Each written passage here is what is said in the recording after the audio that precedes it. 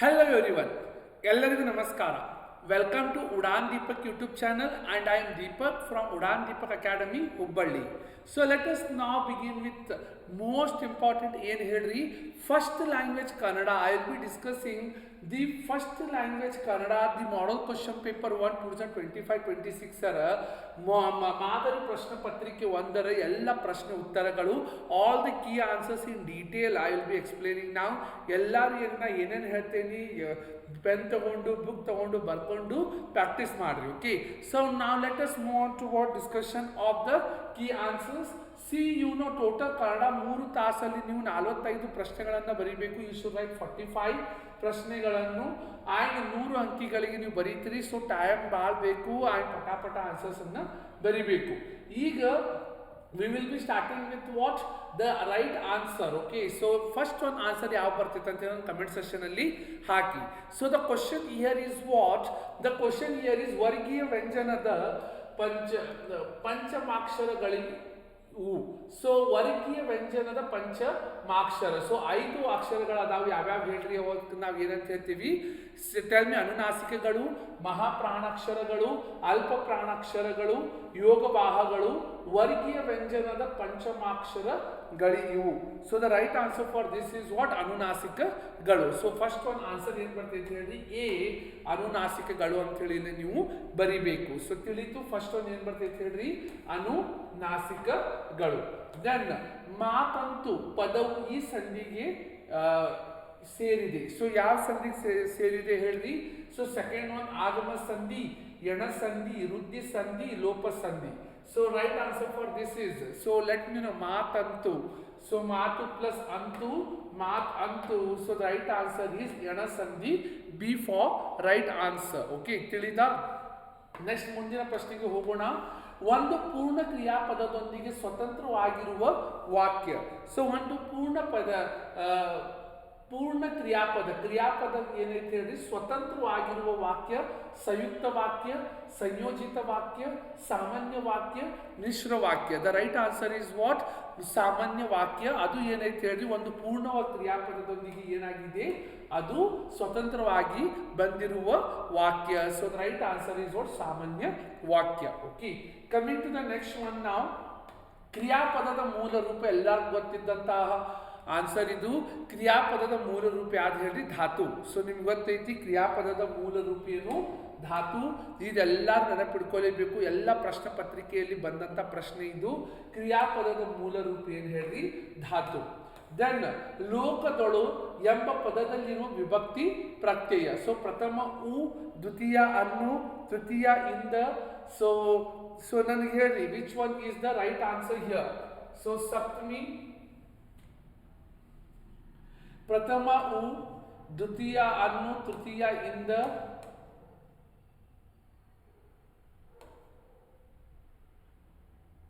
ಪ್ರಥಮ ಉ, ದ್ವಿತೀಯ ಅನ್ನು, ತೃತೀಯ ಇಂದ. ಸಪ್ತಮಿ ಅ. ಸಪ್ತಮಿ ಯಾರು ಬರ್ತೈತೆ ಹೇಳಿ? ಸಪ್ತಮಿ. ಪ್ರಥಮ ಉ, ದ್ವಿತೀಯ ಅನ್ನು, ತೃತೀಯ ಇಂದ. ಸಪ್ತಮಿ ಗೆ ಈಗೆ ಕೆ. ಸೊ ಗೆ ಈಗೆ ಕೆ. ದೆನ್ ಷಷ್ಠಿ ಅ. ಎಸ್. ಸೊ ಚತುರ್ಥಿ ಗೆ, ಸಾರಿ ಚತುರ್ಥಿ ಏನು ಬರ್ತೈತಿ ಹೇಳಿ? ಗೆ ಈಗೆ ಕೆ. ಸೊ ಸಪ್ತಮಿ ಅಲ್ಲಿ ಬರ್ತೈತಿ. ಸೊ ಲೋಕ ದಳ ಅಂತ ಐತಿ. ಸೊ ಸಪ್ತಮಿನ right answer. The right answer for question number 5 is what? ಸಪ್ತಮಿನ ರೈಟ್ ಆನ್ಸರ್ ಆಯ್ತು. ಓಕೆ, ಸಪ್ತಮಿ. ನೆಕ್ಸ್ಟ್, ಮುಂಗೈ ಪದವು ಈ ಸಮಾಸಕ್ಕೆ ಉದಾಹರಣೆ ಆಗಿದೆ. ಸೊ ಯಾವ ಸಮಾಸ ಹೇಳ್ರಿ? ಅದು ಅಂಶಿ ಸಮಾಸ, ಡಿ ಫಾರ್ ರೈಟ್ ಆನ್ಸರ್. ನಾವು coming to the next one. ಕೆಳವುಗಳಲ್ಲಿ ಮೊದಲೆರಡು ಪದಗಳಿಗೆ ಇರುವ ಸಂಬಂಧದಂತೆ ಮೂರನೇ ಪದಕ್ಕೆ, ಸೊ ಅನಲಾಜಿಸ್ ಅಂತ ಏನು ಹೇಳ್ತೀವಿ, ಸಂಬಂಧ ಪದಗಳನ್ನು ನಾವಿಲ್ಲಿ ಬರಿಬೇಕು. ಸೊ ದ ರೈಟ್ ಆನ್ಸರ್ ಇಲ್ಲಿ ನೋಡ್ರಿ, ವೀರ, ಬೀರ. ಸೊ ತತ್ಸಮ ತದ್ಭವಗಳು ಏನು ಬರೀತೀರಿ? ವೀರ್ ಇದ್ದಿದ್ದು ಬೀರ್ ಆಗ್ತೈತಿ. ಕೊಡಲಿ, ಕುಟಾರ. ದ ನದಿ ರೂಢನಾಮ, ವಿಜ್ಞಾನಿ ಅನ್ವರ್ತಕ ನಾಮ. ಅದೇ ರೀತಿ ಬನ್ನಿ ಬನ್ನಿ ಒಂದು ಅಕ್ಷರ 2 ಸಲ ರಿಪೀಟ್ ಆಗೈತಿ. ನಾವು ಏನಂತ ಹೇಳ್ತೀವಿ? ವಿ ಕಾಲ್ ಇಟ್ ಆಸ್ ದುರುಕ್ತಿ. ಸೊ ಬನ್ನಿ. Then we will be having what ನಾವು? ಬನ್ನಿ ಬನ್ನಿ ದ್ವಿರುಕ್ತಿ. ಹಾಲು ಜೈನು ಜೋಡಿ ನುಡಿ. ಹಾಲು ಜೈನ್ ಏನು ಬರ್ತೈತಿ ಹೇಳ್ರಿ? ಇಲ್ಲಿ ಜೋಡಿ ನುಡಿ ಬಂದ್ಬಿಡ್ತೈತಿ. ನೋಟ, ಕೃದಂತ, ಭಾವನಾಮ, ಪೆರ್ಮಿ ತದ್ದಿತಾಂತ ಭಾವ ನಾಮ. ಸೊ ನೋಡ್ರಿ, ಇವೆಲ್ಲ ಭಾಳ ಇಂಪಾರ್ಟೆಂಟ್ ಅದಾವು. ಎಲ್ಲರೂ ಅಂದಾಗಿ ಚಂದಾಗಿ ಓದಬೇಕು ಮತ್ತು ಬರೀಲೇಬೇಕು. ದೆನ್ ಒಂದೊಂದು ವಾಕ್ಯದಲ್ಲಿ ಉತ್ತರಿಸಿರಿ. ಸೊ ಟೋಟಲ್ 7 ಅದಾವು. ಸೊ 7 ಕ್ವಶನ್ ಆನ್ಸರ್ಸ್ ಅದಾವು. ಎಲ್ಲರೂ ನೆನಪಿಡ್ಕೋರಿ. ಭಾಷೆ ಯಾವುದಕ್ಕೆ ಸಾಧನವಾಗಿದೆ? ಸೊ ನಿಮ್ಗೆ ಗೊತ್ತಿರುವಂಗ ನಮ್ಮ ಮುತ್ತಲಿನ ಹೊರಡನೆ ವ್ಯವಹರಿಸುವುದಕ್ಕೆ ಹಾಗೂ ವಿಚಾರ ವಿನಿಮಯ ಮಾಡುವುದಕ್ಕೆ. ಸೊ ಭಾಷೆ ಏನೈತೆ ಅಲ್ರಿ, ಒಂದು ಅಮೂಲ್ಯ ಸಾಧನವಾಗಿದೆ. ದೆನ್ ಶಾನುಭೋಗರು ಚಿಕ್ಕನಾಯಕನಹಳ್ಳಿಗೆ ಏಕೆ ಹೋಗಿದ್ದರು? ನಿಮ್ಗೆ ಗೊತ್ತೈತಿ, ಶಾನುಭೋಗರು ಚಿಕ್ಕನಾಯಕನಹಳ್ಳಿಗೆ ಇರ್ಸಾಲಿಗೆ ಹೋಗಿದ್ದರು. ದೆನ್ ಲೇಖಕರು ವರ್ಣಿಸಿದ ಲಂಡನ್ನಿನ ಪೇಟೆಯಲ್ಲಿರುವ ಸ್ಟೇಷನರಿ ಅಂಗಡಿಯ ಹೆಸರೇನು? ಸೊ ಇಲ್ಲಿ ಸ್ಟೇಷನರಿ ಅಂಗಡಿ ಏನಂತ ಹೆಸರು ಅಂತ ಹೇಳಿ ಕೇಳಿದ್ದಾರೆ. ಲೇಖಕರು ವರ್ಣಿಸಿದ ಲಂಡನ್ನಿನ ಪೇಟೆಯಲ್ಲಿರುವ ಸ್ಟೇಷನರಿ ಅಂಗಡಿ ಹೆಸರು ವಲವರ್ತ್. ಸೊ ನೆನಪಿಡ್ಕೋಬೇಕು, what is the name of the stationery ಅಂಗಡಿ? ವಲವರ್ತ್. ಸೊ ವಲ್ವರ್ತ್. ದೆನ್ ಕ್ಯಾಶ್ಪಿ ವಿದ್ಯಾಭ್ಯಾಸಕ್ಕೆ ತನ್ನ ಮಕ್ಕಳನ್ನು ಯಾರ ಬಳಿ ಕಳುಹಿಸಿದಳು? ಕ್ಯಾಶ್ಪಿ ವಿದ್ಯಾಭ್ಯಾಸಕ್ಕೆ ತನ್ನ ಮಕ್ಕಳನ್ನು ತನ್ನ ಅಣ್ಣನಾದ ಸೂರ್ಯಮಿತ್ರನ ಬಳಿಗೆ ಕಳಿಸಿದರು. ಎಲ್ಲೇ ಹೇಳ್ರಿ, ಅಣ್ಣನಾದ ಸೂರ್ಯಮಿತ್ರನ ಬಳಿಗೆ. ದೆನ್ ಹಲಗಲಿಯ ಗುರುತು ಉಳಿದೆ ಅಂತಾದದ್ದು ಏಕೆ? ಕುಂಪಣಿ ಸರ್ಕಾರದ ದಂಡು ಹಲಗಲಿಗೆ ಬೆಂಕಿ ಹಚ್ಚಿ ಸುಟ್ಟು ಬೂದಿ ಮಾಡಿದ್ದರಿಂದ ಗುರುತು ಉಳಿಯದಂತಾಯಿತು. ದೆನ್ ಕುಂಭ ಸಂಭವ ಎಂದು ಯಾರನ್ನು ಕರೆಯಲಾಗಿದೆ? ಕುಂಭ ಸಂಭವ ಎಂದು ದ್ರೋಣಾಚಾರ್ಯರನ್ನು ಕರೆಯಲಾಗಿದೆ.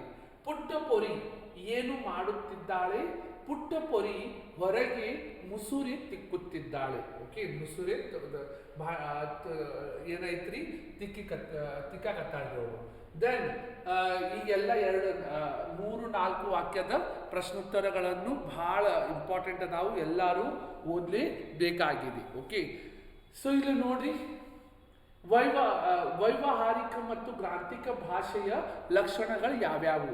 ಸೊ ವೈವಾಹಾರಿಕವೆಂದರೆ ಜೀವದ್ ಭಾಷೆ, ಅದರಲ್ಲಿ ಜನರು ಮಾತನಾಡುತ್ತಾರೆ, ವ್ಯವಹರಿಸುತ್ತಾರೆ. ಉದಾಹರಣೆಗೆ ಕನ್ನಡ, ತಮಿಳು, ತೆಲುಗು, ತುಳು, ಮರಾಠಿ, ಉರ್ದು, ಇಂಗ್ಲಿಷ್. ಗ್ರಾಂಥಿಕವೆಂದರೆ ಅಭಿವೃದ್ಧಿ ಹೊಂದಿ ಗ್ರಂಥ ರಚನೆಯಲ್ಲಿ ಉಪಯೋಗವಾದ ಭಾಷೆ.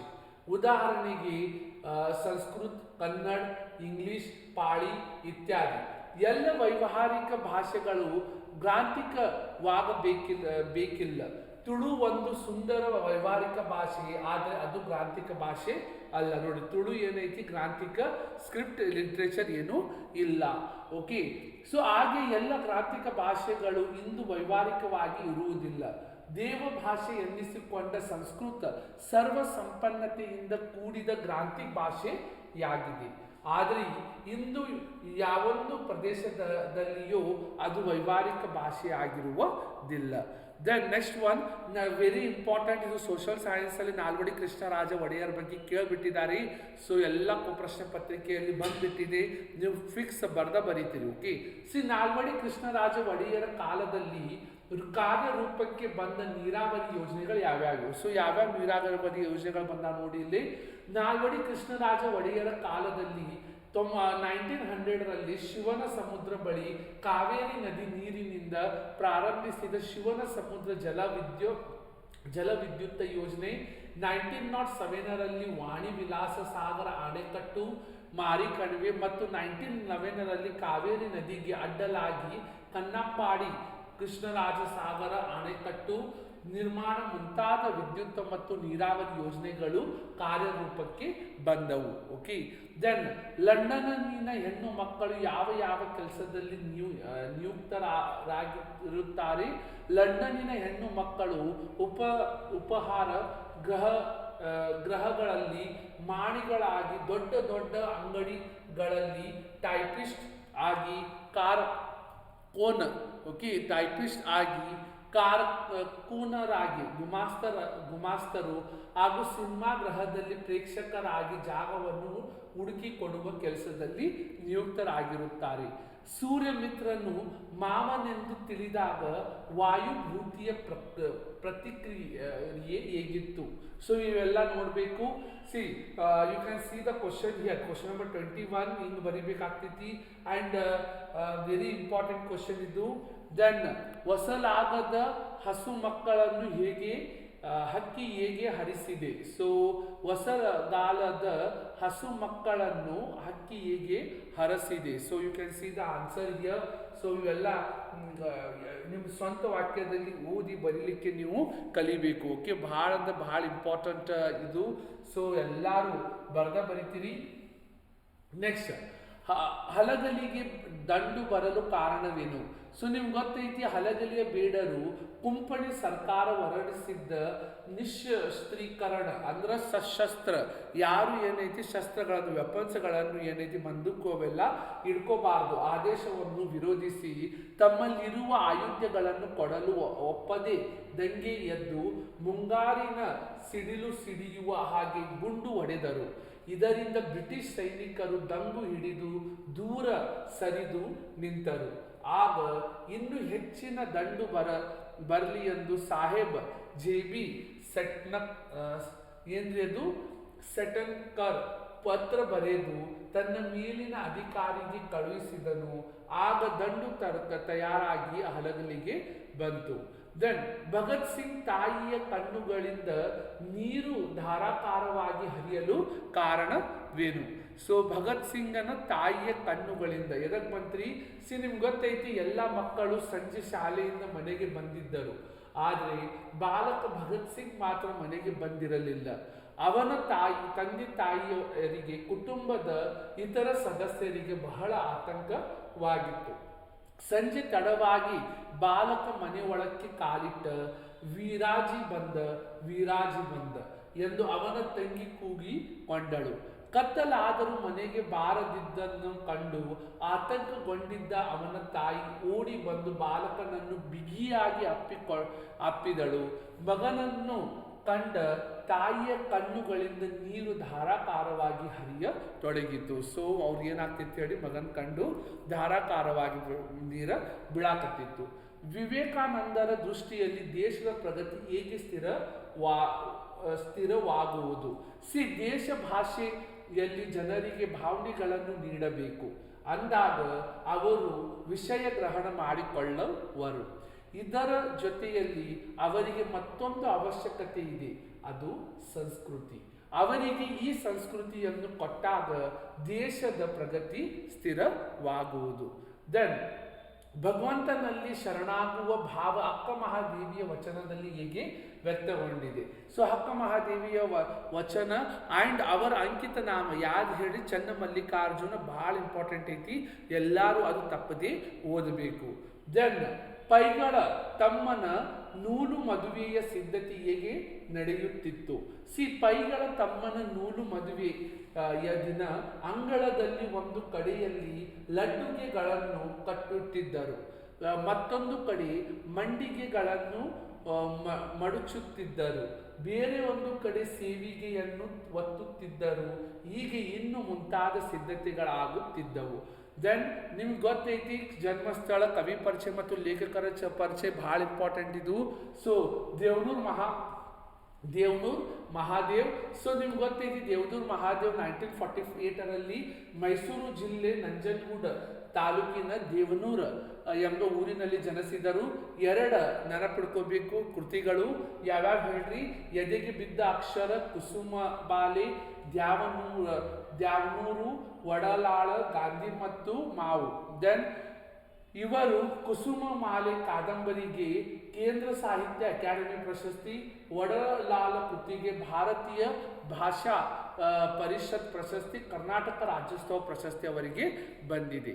ಅದೇ ರೀತಿ ಪಂಪ, ಕನ್ನಡದ ಆದಿಕವಿ ಎನಿಸಿಕೊಂಡ ಮಹಾಕವಿ ಪಂಪನು ಕ್ರಿಸ್ತ ಶತಕ ಸುಮಾರು 902ರಲ್ಲಿ ವೆಂಗಿ ಮಂಡಲದ ವೆಂಗಿಪಳು ಎಂಬ ಆಗ್ರಹದಲ್ಲಿ ಜನಿಸಿದರು. ಚಾಲುಕ್ಯರ ದೊರೆ ಅರಿಕೇಸರಿ ಆಸ್ಥಾನ ಕವಿಯಾಗಿದ್ದ ಪಂಪನು ವಿಕ್ರಮ ಅರ್ಜುನ ವಿಜಯ ಮತ್ತು ಆದಿ ಪುರಾಣ, ಓಕೆ ನೆನಪಿಡ್ಕೋರಿ, ವಿಕ್ರಮ ಅರ್ಜುನ ವಿಜಯ ಮತ್ತು ಆದಿ ಪುರಾಣ ಅಂತ ಹೇಳಿ 2 ಮಹಾಕಾವ್ಯಗಳನ್ನು ರಚಿಸಿದ್ದರು. ಕನ್ನಡದ ರತ್ನತ್ರಯರಲ್ಲಿ ಒಬ್ಬನಾಗಿ ಈತನಿಗೆ ಸರಸ್ವತಿ ಮಣಿಹಾರ, ಸಂಸಾರ ಸಾರೋದಯ, ಕವಿತಾ ಗುಣಾರ್ಣವ ಎಂಬ ಬಿರುದುಗಳು ಇದ್ದವು. ದೆನ್ ಕೆಳಗೆ ಪದ್ಯ ಭಾಗಕ್ಕೆ ಪ್ರಸ್ತಾರ ಹಾಕಿ ಗಣ ವಿಭಾಗ ಮಾಡಿ ಛಂದಸ್ ನೀವು ಬರಿಬೇಕು. ಸೊ ನಿಮ್ಗೆ ಗೊತ್ತೈತಿ ಲಘು ಗುರು ಹಾಕೋದು ಹ್ಯಾಂಗಂತ ಹೇಳಿ. ಸೊ ಇಲ್ಲ ನೋಡಿ, ಎನೆಗೆ ಓಕೆ, ಎನೆಗೆ ಮನ ಮಿಂದು ಶೂನ್ಯಂ. ಸೊ ನೀವು ಇಲ್ಲಿ ಏನು ಮಾಡ್ಬೇಕು ಹೇಳಿ, 4 4 4. ಸೊ 4 4 4 ಆಗಿ ಜೋಡಿ ಮಾಡಿ ನೀವು ಬರಿಬೇಕು. 4 + 4 + 4 12 ಬರ್ತಾವು. ಸೊ ಎಷ್ಟರ ಲೆಟರ್ ಕೊಟ್ಟಿರಲಿ, ಅಕ್ಷರಗಳು ಕೊಟ್ಟಿರಲಿ, ನೀವು 4 4 ಜೋಡಿ ಮಾಡಿ ಓಕೆ ಇಲ್ಲಿ 12 ಬರಿಬೇಕು. ಅದೇ ರೀತಿ ಇಲ್ಲಿ ಕೆಳಗಿಂದ ಲೈನಿಗೆ ಏನು ಮಾಡ್ಬೇಕು ಹೇಳಿ, 4 ಬಂದು 4 ಮಾತ್ರೆಗಳು ಬಂದು. ಸೊ ಇದು ಲಘು ಲಘು ಗುರು ಗುರು ಗುರು. ಸೊ ಲಘು ಲಘು ಗುರು. ಸೊ ಇಲ್ಲಿ 4 4 ಮಾಡಿ ಟೋಟಲ್ 20. ಹಿಂಗೆ ಬರೆದ್ರೆ ನಿಮಗೆ ಇಲ್ಲಿ ಎಷ್ಟು ಮಾರ್ಕ್ಸ್? 3 ಮಾರ್ಕ್ ಇಲ್ಲಿ ಬರ್ತೈತಿ. ಸೊ ಎಲ್ಲ 3 ವಾಕ್ಯದ ಪ್ರಶ್ನೆಗಳನ್ನು ಬರಿಬೇಕು. ದೆನ್ ಈ ಮೇಲಿನ ಪದ್ಯವು ಪದ್ಯ ಪದ್ಯದ ಲಕ್ಷ್ಯವನ್ನು ಹೊಂದಿದೆ ಅಂತ ಹೇಳಿ ಅವರು. ದೆನ್ ಈ ಕೆಳಗಿನ ವಾಕ್ಯದಲ್ಲಿರುವ, ಸೊ ನೀವು ಏನೈತೆ ಅಂತ ಹೇಳಿ ಬರಿಬೇಕು, ಈ ಕಂದ್ಯ ಪದ್ಯದ ಲಕ್ಷ್ಯವನ್ನು ಹೊಂದಿದೆ ಅಂತ ಬರಿಬೇಕು. ದೆನ್ ನಿಮ್ಗೆ ಗೊತ್ತೈತಿ ಅಲಂಕಾರ ಫಿಕ್ಸ್ 3 ಮಾರ್ಕಿಗೆ. ಮಾರಿ ಗೊತ್ತಣ ಆಯಿತು ನಾಳಿನ ಭಾರತವು. ಸೊ ನಿಮಗಿರೋದು 2 ಉಪಮಾ ಅಲಂಕಾರ ಮತ್ತು ರೂಪಕ ಅಲಂಕಾರ. ಅಂತ್ಯ ಇಂತ್ಯ ಬಂದಿತ್ತಂದ್ರೆ ಅದು ಉಪಮಾ ಅಲಂಕಾರ ಆಗಿತ್ತು. ಬಟ್ ಇಲ್ಲಿ ಅಂತ್ಯ ಇಂತ್ಯ ಬಂದಿಲ್ಲ, ಅದಕ್ಕೆ ಇದು ರೂಪಕ ಅಲಂಕಾರ. ಸೊ ಇದು ಲಕ್ಷಣ ಏನು ನೋಡ್ರಿ, ಉಪಮೇಯ ಮತ್ತು ಇದು ಉಪಮಾನ ಅಭೇದ ಎನ್ನೆ. ಅಭೇದ ಅಂದ್ರೆ ಏನು ಭೇದವಿಲ್ಲ ಅಂತ ಹೇಳುವುದು ರೂಪಕ ಅಲಂಕಾರ. ಅಂದ್ರೆ ಉಪಮೇಯ ಇಲ್ಲಿ ಏನ್ ಬರ್ತೈತ್ರಿ, ನಾಳಿನ ಭಾರತ ಯುದ್ಧ. ಸೊ ಇಲ್ಲಿ ನೋಡಿ, ನಾಳಿನ ಭಾರತವು. ದೆನ್ ಮಾರಿಗೆ ಔತಣ. ಸೊ ಮಾರಿ ಔತಣ ಏನೈತಿ ಉಪಮಾನ. ಸಮನೈವ ಇಲ್ಲಿ ಉಪಮೇಯವಾದ ನಾಳಿನ ಭಾರತ ಯುದ್ಧ ಮತ್ತು ಉಪಮಾನವಾದ ಮಾರಿಗೆ ಔತಣಕ್ಕೆ ಅಭೇದ ರೂಪಿಸಿ ವರ್ಣಿಸಲಾಗಿದೆ. ದೆನ್ ಎಲ್ಲರೂ ಗೊತ್ತಿರುವಂಗ ಗಾದೆ ಮಾತು. ಸೊ ಕೈ ಕೆಸರಾದ್ರೆ ಬಾಯಿ ಮೊಸರು. ಸೊ ಎಲ್ಲರೂ ಕೈ ಕೆಸರಾದ್ರೆ ಬಾಯಿ ಮೊಸರು ಫಿಕ್ಸ್. ಓಕೆ, ಕೈ ಕೆಸರಾದ್ರೆ ಬಾಯಿ ಮೊಸರು ಅಂದ್ರೆ ಏನು ಹೇಳ್ರಿ, ಕಷ್ಟಪಟ್ಟು ದುಡಿದರೆ ಏನೈತಿ ಊಟ ಸಿಗ್ತೈತಿ. ಇದು ರೈತರ ಬಗ್ಗೆ ಏನೈತಿ ನೀವು ಫಿಕ್ಸ್ ಎಕ್ಸಾಂಪಲ್ ಬರೀಬೇಕಾಗ್ತೈತಿ. ಅದೇ ರೀತಿ ಮನಸ್ಸಿದ್ರೆ ಮಾರ್ಗ. ಜೀವನದಲ್ಲಿ ಏನು ಇಲ್ಲದ್ರೂ ಮನಸ್ಸಿರ್ಬೇಕು, ಮಾಡ್ಬೇಕಂತೇಳಿ ಛಲ ಇರಬೇಕು. ಆ ಛಲ ಇದ್ರೆ ಅಷ್ಟೇ ಏನೈತಿ ನೀವು ಜೀವನದಾಗ ಎಲ್ಲವನ್ನು ಸಾಧಿಸ್ತೀರ ಅಂತೇಳಿ ನೀವು ಸ್ವಂತ ವಾಕ್ಯದಲ್ಲಿ ಬರಿಬೇಕು. ಇಲ್ಲ ನೋಡಿ, ಕೈಲಾಗದು ಎಂದು ಕೈಕಟ್ಟಿ ಕುಳಿತರೆ ಸಾಗದು ಕೆಲಸವು ಮುಂದೆ. ಮನಸ್ಸೊಂದಿದ್ದರೆ ಮಾರ್ಗವು ಉಂಟು, ಕೆಚ್ಚದಿ ಇರಬೇಕೆಂದು. ಓಕೆ, ಸೊ ಎಷ್ಟು ಚೆಂದಾಗಿ ಈ ವಾಕ್ಯವನ್ನು ಇಲ್ಲಿ ಹೇಳಿದ್ದಾರೆ. ದೆನ್ ಇಲ್ಲಿ 6 ಸಂದರ್ಭ ವರ್ಣನೆ ವಿವರಿಸಿರಿ. ಸೊ ಬರಿಬೇಕು. ಸೊ ಎಲ್ಲವನ್ನು ನಾವು ನೋಡೋಣ. ಮಡಿಯಬೇಕಾದರೆ ಮಡಿಯಬೇಕಾದರೆ ಮಾಡಿಯೇ ಮಡಿಯುತ್ತೇನೆ. ಸೊ ಇದು ಯಾರು ಬರ್ತಾರೆ ಹೇಳಿ, ಈ ವಾಕ್ಯವನ್ನು AN ಮೂರ್ತಿರಾವ್ ಅವರ ಸಮಗ್ರ ಲಲಿತ ಪ್ರಬಂಧಗಳು ಎಂಬ ಸಂಕಲನದಿಂದ ಆಯ್ದ ವ್ಯಾಘ್ರಗೀತೆ ಎಂಬ ಪಾಠದಿಂದ ಆಯಿಸಲಾಗಿದೆ. ಸೊ ನಿಮ್ಗೆ ಗೊತ್ತೈತಿ ಯಾವಾಗ ಬಂದಿರಾರ ಅಂತೇಳಿ ಸಂದರ್ಭ ಮತ್ತು ಅದರ ಸ್ವಾರಸ್ಯವನ್ನು ನೀವು ಇಲ್ಲೇ ರೀತಿ ಬರಿಬೇಕಾಗ್ತೈತಿ. ಓಕೆ, ನಾವು ಕಮಿಂಗ್ ಟು ನೆಕ್ಸ್ಟ್ ಒನ್. ತಾವು ಕಡಿಮೆ ಮಾತನಾಡಿದ್ದೀರಿ, ಹೆಚ್ಚು ಕೆಲಸ ಮಾಡಿದ್ದೀರಿ. ಸೊ ಇದು ಈ ವಾಕ್ಯವನ್ನು ಭಾಗ್ಯಶಿಲ್ಪಿಗಳು ಪಾಠದ ಭಾಗವಾಗಿ DS ಜಯಪ್ಪ ಗೌಡ ಅವರು ರಚಿಸಿರುವ ದಿವಾನ್ ಸರ್ ಎಂ ವಿಶ್ವೇಶ್ವರ ಅವರ ಕಾರ್ಯ ಸಾಧನೆಗಳು ಎಂಬ ಕೃತಿಯಿಂದ ಆಯ್ದ ಕೊಟ್ಟಿರುವ ಸರ್ ಎಂ ವಿಶ್ವೇಶ್ವರ ಎಂಬ ಪಾಠದಿಂದ ಆರಿಸಲಾಗಿದೆ. ಓಕೆ, ಸೊ ಎಷ್ಟು ಇಲ್ಲಿ ನಿಮ್ಗೆ ನೋಡಿದ್ದೀರಿ. ಎಸ್, ಸೊ ಸ್ವಾರಸ್ಯ ಎಲ್ಲ ಬಂದಿದೆ. ಯುದ್ಧಕ್ಕೆ ಹೋದ ತನ್ನ ಮಗನ ಕಣ್ಣುಗಳಂತೆಯೇ ಇವೆಲ್ಲ.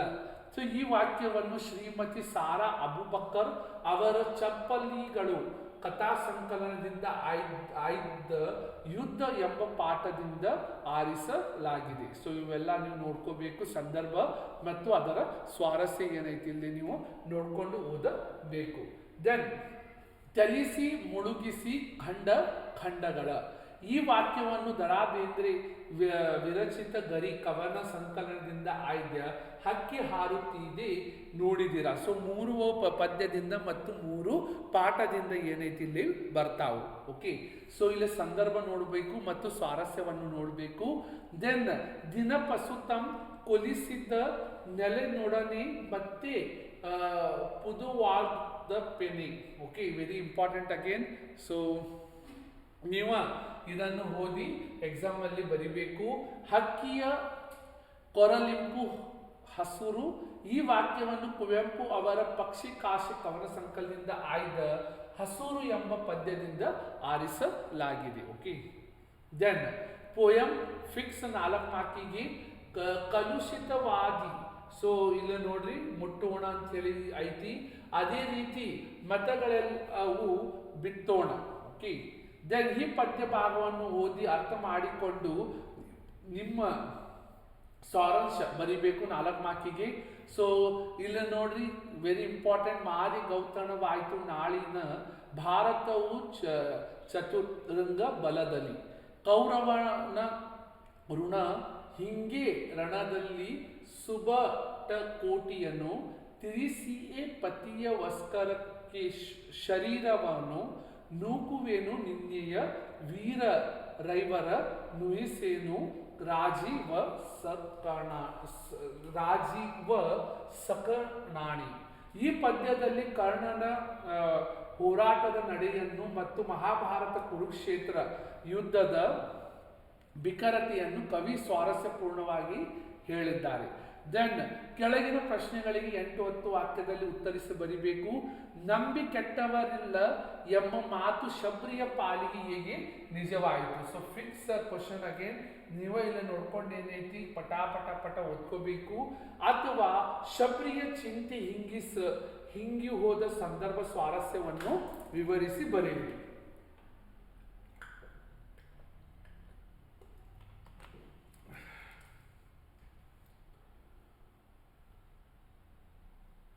ದೆನ್ ಮತ್ತೊಂದೈತಿ, ಲವನು ಯಜ್ಞಾಶವನ್ನು ಕಟ್ಟಲು ಕಾರಣವೇನು. ಸೊ ಇಲ್ಲಿ ನೋಡಬಹುದು,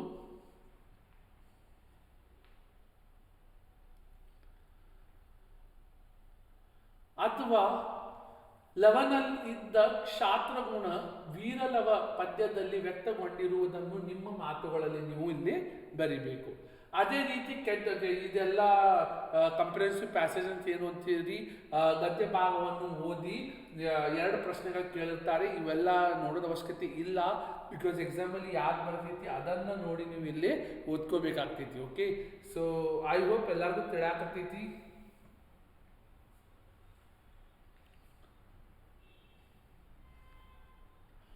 ನೆಕ್ಸ್ಟ್, ಯಾವುದಾದರೂ ಒಂದಕ್ಕೆ ಕೊಟ್ಟಿರುವ ಮಾಹಿತಿ ಆಧರಿಸಿ ಪತ್ರ ಬರೆಯಿರಿ. ನಿಮ್ಮನ್ನು ಚಿಕ್ಕಮಗಳೂರು ಜಿಲ್ಲೆಯ ಕೊಪ್ಪ ತಾಲೂಕಿನ ಗುಡ್ಡೆತೋಟ ಗ್ರಾಮದ ನಿವಾಸಿ ಅನ್ನಪೂರ್ಣ ಎಂದು ಭಾವಿಸಿಕೊಂಡು ಗ್ರಾಮದಲ್ಲಿ ಸರ್ಕಾರಿ ಪದವಿ ಪೂರ್ವ ಕಾಲೇಜು ಆರಂಭಿಸುವಂತೆ ಕೋರಿ ಶಿಕ್ಷಣ ಸಚಿವರಿಗೆ ಪತ್ರ ಬರೆಯಿರಿ. ಸೊ ಇವರಿಂದ ಬರಿಬೇಕು. ನೆಕ್ಸ್ಟ್ ಇವರಿಗೆ, ಸೊ ಮಾನ್ಯ ಮಧು ಬಂಗಾರಪ್ಪ, ದಟ್ ಇಸ್ ಶಿಕ್ಷಣ ಸಚಿವರಿಗೆ ನೀವು ಇಲ್ಲಿ ಬರಿಬೇಕು. ಮಾನ್ಯರೇ, ವಿಷಯ ಏನೈತೆ ಹೇಳ್ರಿ, ಸರ್ಕಾರಿ ಪದವಿ ಪೂರ್ವ ಕಾಲೇಜ್ ಆರಂಭಿಸುವಂತೆ ಕೋರಿ. ಸೊ ಎದಕ್ಕೆ ಬೇಕಂತ ಹೇಳಿ ನೀವು ಒಂದು 4 ಲೈನ್ ಬರೀದು ಸ್ಥಳ ದಿನಾಂಕ ಇಲ್ಲೇ ಬರಿಬೋದು, ಅಥವಾ ಕೆಳಗಡೆ ಅಥವಾ ಮ್ಯಾಲೇನು ರೈಟ್ ಸೈಡಿಗೆ ಬರಿಬೇಕು. ಧನ್ಯವಾದಗಳೊಂದಿಗೆ ತಮ್ಮ ವಿಶ್ವಾಸಿ ಅನ್ನಪೂರ್ಣ. ಅದೇ ರೀತಿ ನಿಮ್ಮನ್ನು ಹಾಸನದ ಸರ್ಕಾರಿ ಪ್ರೌಢಶಾಲೆ ವಿದ್ಯಾರ್ಥಿ ಮೋಹನ್ ಎಂದು ಭಾವಿಸಿಕೊಂಡು ಪಾಲಕರ ಸಭೆಗೆ ಆಹ್ವಾನಿಸಿ ಶಿವಮೊಗ್ಗದಲ್ಲಿ ವಾಸವಾಗಿರುವ ಶಾರದಾ ಎಂಬ ಹೆಸರಿನ ತಾಯಿಗೆ ಪತ್ರವನ್ನು ಬರೆಯಿರಿ. ಸೊ ಇವರಿಂದ ರೈಟ್ ಸೈಡು ಬರೀಬೇಕು ಅಥವಾ ಲೆಫ್ಟ್ ಸೈಡು ಬರೆದ್ರು ನಡೀತೈತಿ. ಓಕೆ, ಅದೇನು ಇದಿಲ್ಲ. Okay, S. ಸೊ ಪೂಜ್ಯ ಮಾತೃಶ್ರೀಯವರಿಗೆ ನಿಮ್ಮ ಮಗನಾದ ಮೋಹನ್ ಮಾಡುವ ಶಿರಸಾಷ್ಟಾಂಗ ಪ್ರಣಾಮಗಳು. ಸೊ ಇದು ಇಷ್ಟೆಲ್ಲ ಬರೆದು ಏನೈತಿ, ಬೆಟರ್ ಆಫಿಷಿಯಲ್ ಲೆಟರ್ ಬರಿಬೇಕು. ವರ ವಿಳಾಸ ಸೈಡಿಗೆ ಬರಿಬೇಕು. ದೆನ್ ಕೆಳಗಿನ ಯಾವುದಾದರೂ ಒಂದು ವಿಷಯಕ್ಕೆ 15 ವಾಕ್ಯಗಳಿಗೆ ಕಡಿಮೆ ಇಲ್ಲದಂತೆ ಪ್ರಬಂಧ ಬರಿಬೇಕು. ಸೊ ಎಸ್ಸೆ ಏನು ಹೇಳ್ತೀರಿ, ಪ್ರಬಂಧ ಬರಿಬೇಕು. ರಾಷ್ಟ್ರೀಯ ಹಬ್ಬಗಳ ಮಹತ್ವ, ಸೊ ಸ್ವಾತಂತ್ರ್ಯ ದಿನಾಚರಣೆ ಆಯಿತು, ರಾಷ್ಟ್ರೀಯ ಗಣರಾಜ್ಯೋತ್ಸವ ಆಯಿತು. ಸೊ ಇದು ನೀವು ಓದ್ಕೊಂಡು ಏನೈತಿ ನಿಮ್ಗೆ ಏನು ಗೊತ್ತೈತಿ, ಗಾಂಧಿ ಜಯಂತಿ. ಸೊ ಇವು ಮೂರರ ಬಗ್ಗೆ ಬರೆದು ಉಪಸಂಹಾರ ಬರಿಬೇಕು. ಅಥವಾ ಕನ್ನಡ ಭಾಷೆಯ ಬೆಳವಣಿಗೆ ಮತ್ತು ಸವಾಲುಗಳು. ಸೊ ಕನ್ನಡ ಭಾಷೆ ಎದಕ್ಕೆ ಇಂಪಾರ್ಟೆಂಟ್ ಐತಿ, ಅದರ ಪೀಠಿಕೆ ಆಯಿತು, ವಿಷಯ ವಿಸ್ತರಣೆ, ಅವ್ರ ವಿಷಯ ನಿರೂಪಣೆ, ಇವೆಲ್ಲವನ್ನು ಉಪಸಂಹಾರ ಎಲ್ಲ ಬರಿಬೇಕು. So with this we are finish. ಮತ್ತೆ ಮುಂದಿನ ಸೆಷನಲ್ಲಿ ಸಿಗೋಣ. ಟಿಲ್ ದೆನ್ ಎಲ್ಲರೂ ನಾ ಏನೇನು ಹೇಳಿದೆ ಅಂದಾಗಿ ಚೆಂದಾಗಿ ಓದಿ, ಏನೋ ಡೌಟ್ ಇತ್ತು, ಸಜೆಷನ್ ಇತ್ತು, ಕಮೆಂಟ್ ಸೆಕ್ಷನ್ ಹಾಕಿ. ಮತ್ತೆ ಮುಂದಿನ ಸೆಷನಲ್ಲಿ ಸಿಗೋಣ. Till then take care and keep learning ಮತ್ತು ಕೀಪ್ ಗ್ರೋಯಿಂಗ್ ಮಕ್ಕಳಿಗೆ.